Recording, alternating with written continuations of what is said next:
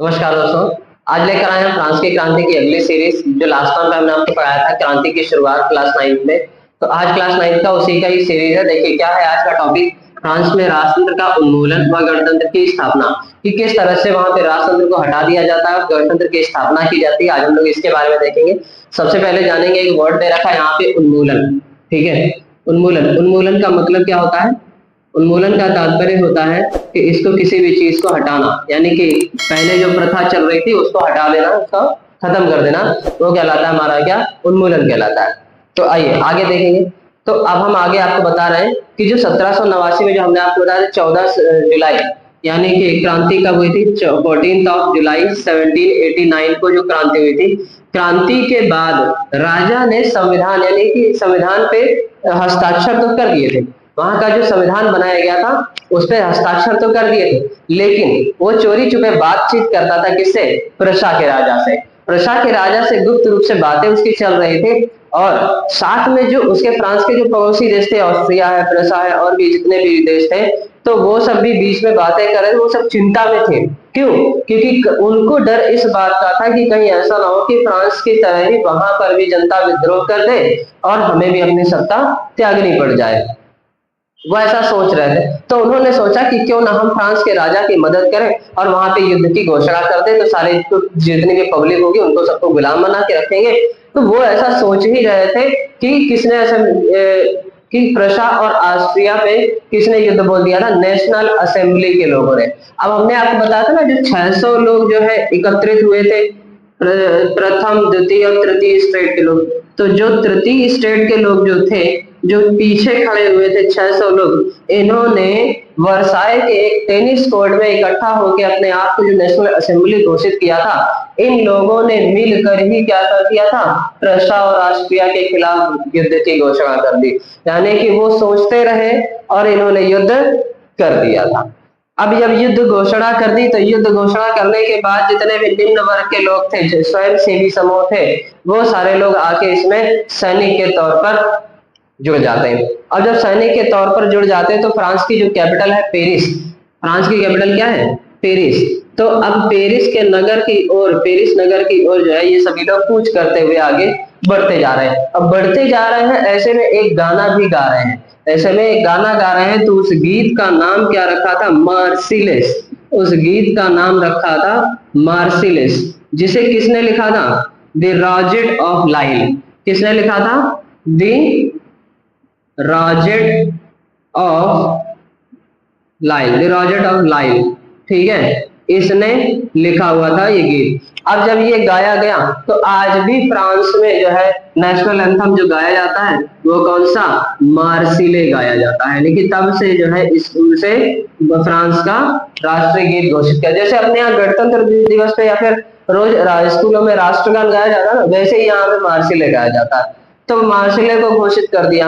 अब इसके बाद में क्या हुआ कि ये लोग जो है अब पूरी क्रांतिकारी युद्ध में शामिल हो गए। अब जब सभी जितना भी पुरुष वर्ग था वो सब क्या था? युद्ध में शामिल हो गया, क्रांति में शामिल हो गया।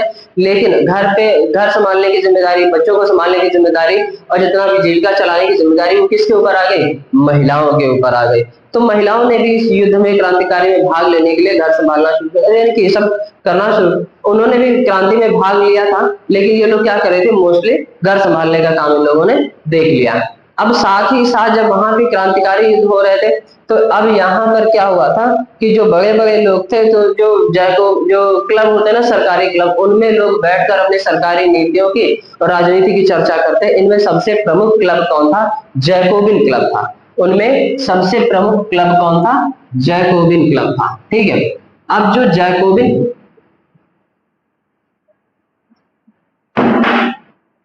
उनमें सबसे प्रमुख क्लब था जैकोबिन क्लब। तो जैकोबिन जो क्लब था उसका नाम क्या था? Convent of the saint Joseph. ठीक है, तो ये सेंट जैकोबिन, ठीक है, सेंट जैकब। ठीक है, कॉन्वेंट ऑफ सेंट जैकब। ठीक है, तो सेंट जैकब, इसी को ही नाम क्या दे दिया गया था? जैकोबिन। ठीक है। तो अब जैकोबिन के, अब यहाँ पर लोग क्या करने के लिए आते हैं, सरकारी नीतियों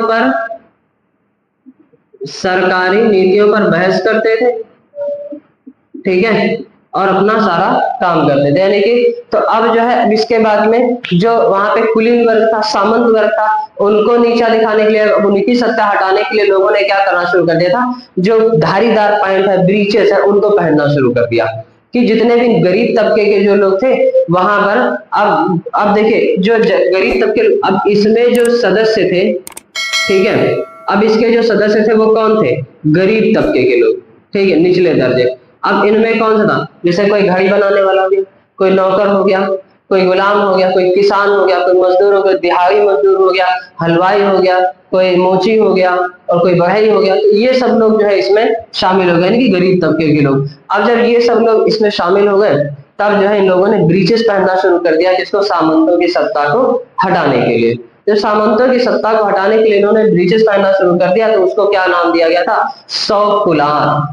क्या नाम दिया गया उसको, सौकुलात, ठीक है। सौकुलात का मतलब होता है बिना घुटनों वाले, बिना घुटनों वाले, ठीक है, सौकुलात का नाम दे दिया। अब बिना घुटनों वाले, तो ऐसे कपड़े उन्होंने पहनना शुरू करते, तो साथ ही साथ उनके लिए भी एक क्रांति हो गई। अब जो है बात आ जाती है, अब जब तक ये होता है तब तक आ जाता है सन कौन सा, 1792, यानी कि 1792। अब 1792 जब आ जाता है, तो 1792 में क्या होता है कि लोग जो है, महंगाई भी बढ़ रही है, खाद्य पदार्थों की कमी हो रही है, जब खाद्य, अब ये लोग क्या करते हैं, राजा का एक महल था ट्यूलेरिये, ठीक है, कौन सा महल था, ट्यूलेरिये, ठीक है। तो ट्यूलेरिया की ओर जो है लोग बढ़ जाते हैं, जब ट्यूलेरिया की ओर लोग बढ़ जाते हैं, तो वहां के रक्षकों को मार दिया जाता है, राजा के जितने भी सैनिक होते हैं वो भी मार दिए, यहाँ तक कि राजा को भी क्या करते हैं, बंधक बना लेते हैं। जब राजा को बंधक बना लेते हैं, तो जो नेशनल असेंबली होती है उसको वो लोग क्या कहते हैं, वो लोग बोलते हैं कि एक काम करो, राजा को जो है अभी बंधक जेल में डाल दो, बंधक बना है अभी जेल में डाल दो, बाकी बाद में देखेंगे। तो अब जब राजा को जेल में डाल दिया, और वहां पर 20 अगस्त, कब, 20 अगस्त को यहाँ पर गणतंत्र की घोषणा कर दी जाती है। 20 अगस्त को गणतंत्र घोषित हो जाता है, और साथ ही साथ जो है जितने भी वर्ग थे, यानी कि 21 वर्ष से अधिक जितने भी लोग, 21 वर्ष से अधिक जितने भी लोग हैं, उनको मत का अधिकार दे दिया जाता है। उनको कौन सा अधिकार दे दिया जाता है, मत का अधिकार दे दिया जाता है, और वहां पर चुनाव करवाए जाते हैं, ठीक है, चुनाव कराए गए, ठीक। तो इस तरह से हमने देखा, तो यहाँ पे कब, 20 अगस्त को यहाँ पर गणतंत्र घोषित हो जाता है। तो यहाँ पे आपने देखा कि किस तरह से स्वतंत्रता का, यानी कि राजतंत्र का उन्मूलन हो जाता है और गणतंत्र की घोषणा हो जाती है। तो अगले वीडियो में हम फिर मिलेंगे, आपको लाइक करें, शेयर करें, सब्सक्राइब करें, धन्यवाद।